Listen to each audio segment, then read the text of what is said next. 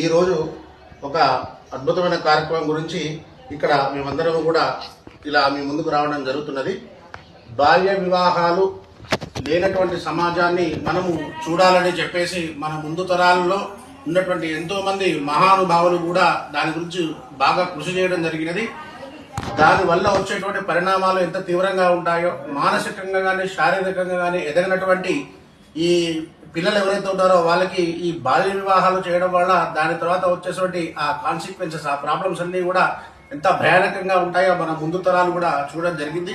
కావున certain age వచ్చిన తర్వాత మాత్రమే పెద్దలు కుదిర్చిన వివాహాలు చేసుకుని ఆ తర్వాత వారి సహజీవనాన్ని కొనసాగించడం ద్వారా సమాజానికి కూడా ముందు మనము ఒక మంచి మెసేజ్ ఇచ్చినట్టుగా, తర్వాత వారి యొక్క సంతానం అభివృద్ధిలోకి వచ్చిన తర్వాత సమాజానికి ఉపయోగపడుతున్నట్టుగా కూడా మనము చాలా చూస్తున్నాము. కాబట్టి ఇట్టి బాల్య వివాహాలను నిరోధించేటువంటి చట్టాన్ని ఇంకా బలంగా అమలుపరచాలని, దానికి తోడుగా ఈ బాల్య వివాహాలలో పాల్గొనేటువంటి పురోహితులు కానీ అర్చకులు కానీ ఎవరు కూడా చాలా సంవత్సరాల నుంచి పాల్గొనడం లేదు.